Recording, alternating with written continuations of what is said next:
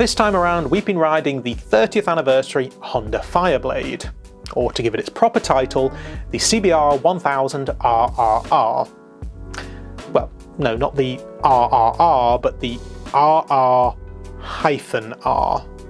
The double R hyphen, the race replica race? You know what, let's just stick with Fireblade. Now, one thing that is very clear when you work in this industry is that not all manufacturers allow these tests once summer is over, and we actually rode this thing back in October just as the weather was starting to change. Due to a scheduling clash, Honda weren't able to drop this at our office. I had to go pick it up from their logistics centre, which is fine because I actually dropped off the KTM Super Duke on the same day and headed straight over to Honda.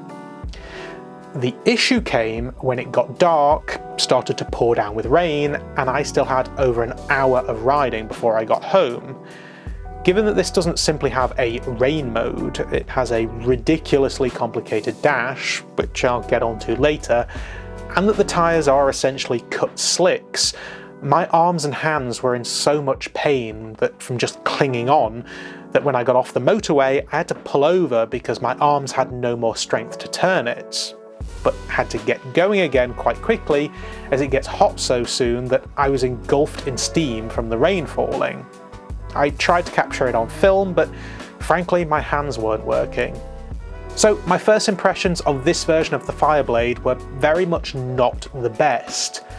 Fortunately, however, the weather got better, and after I got over a brief spell of COVID, which left the bike sat in the garage on the trickle charger for the first half of our time with it, I was finally able to take it out on the roads proper.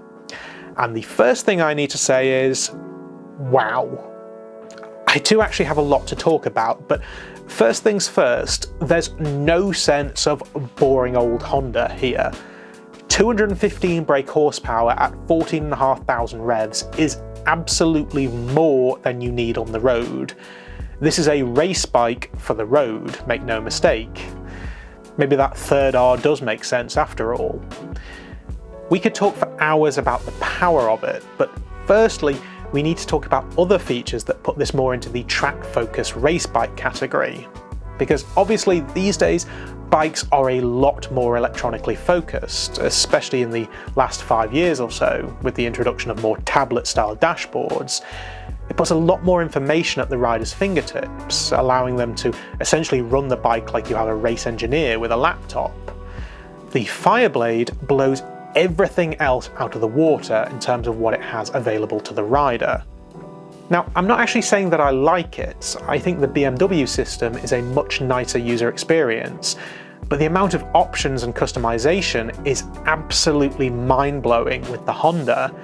In fact, so much so that the actual bike that we borrowed was on display at Motorcycle Live recently, so I took our mechanic, Bertie, to have a play, and I discovered even more options, so started capturing a little bit of it on my phone.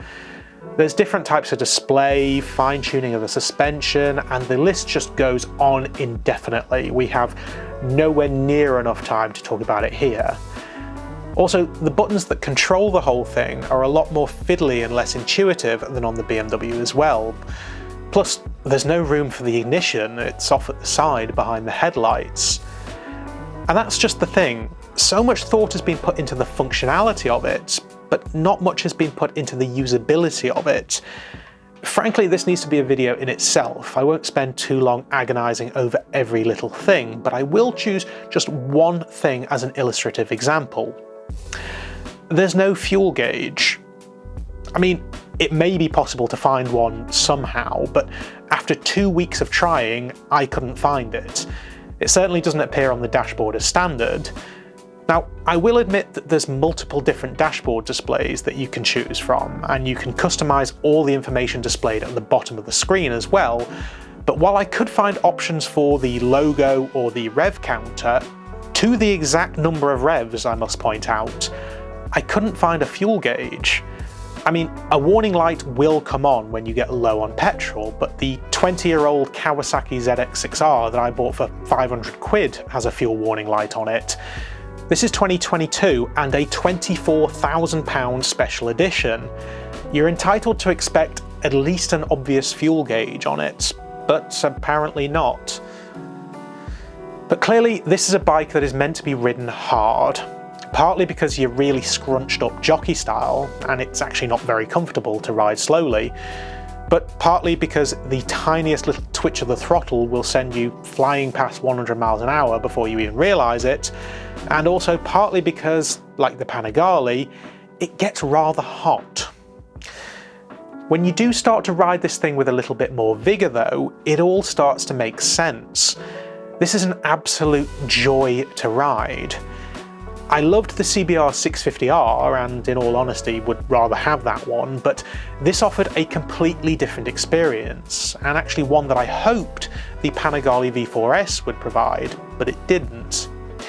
The Panigale scared me, hurt me and burned me, whereas this takes the friendliness of a Honda but balances it with unbelievable power and handling. And it's a looker too. I mean, I mentioned that I took Bertie to Motorcycle Live, and he has never been a Honda man, but he sat on the Fireblade, started playing with some of the settings, and instantly fell in love with it. And he didn't even get to ride it. Because that is the other thing, God, this thing is good looking. I mean, I've always liked Honda styling, but I know not many people do. There was this thing with the CBR 600 where people said the front-end styling looked a bit like a Pokemon, for example. Who's that Pokemon? It's Palkia of space! However, I mean, just look at it. I so desperately wanted to ride this thing alongside an original Fireblade, but with the bad weather and with me getting COVID, sadly we weren't able to set that up in time, but I've since learned that Honda do have one in their legacy fleet, so I will be begging them to get on one in the spring. Sadly, I didn't have as much time to ride the Fireblade as I would have wanted, but I actually returned it asking, just out of interest, would this one be for sale once the press fleet is done with it? Not that I could probably afford it, but I couldn't help myself. Thinking with my heart, both Bertie and I really want one of these.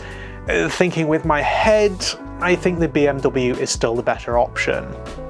One thing is for sure though, is that I would choose this over the Ducati any day.